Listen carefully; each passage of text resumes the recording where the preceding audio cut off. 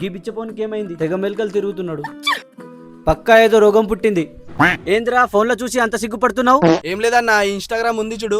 ఉందిరా. అందులో ఉన్న అమ్మాయిలను చూస్తే వాళ్ళందరూ నా కోసమే పుట్టారనిపిస్తుందన్నా. అబ్బచ్చా నీకోసమే? వాళ్ళందరూ నాకు కావాలనిపిస్తుందన్నా.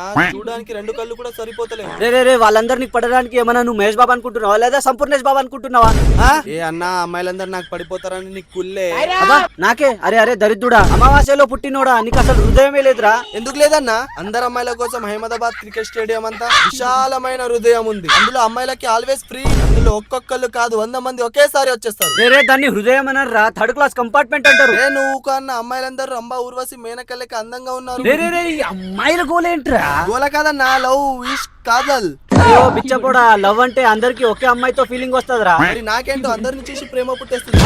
అరే నిజం చెప్పురా, నీకు ఇంకా లవర్ సెట్ కాలేదు కదా? అవునన్నా, ఇంకా సెట్ కాలేదు. అందుకే నీకు ఒక అమ్మాయిని చూసి లవ్ చేయాలనిపిస్తుంది. ఒక అమ్మాయిని కాదన్నా, అందరినీ లవ్ చేయాలనిపిస్తుంది.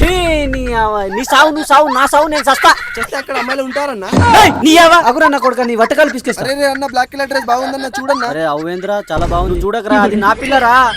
అమ్మాయిలు కనిపిస్తే చాలు గుడ్ల గుబుల అని చూస్తారు.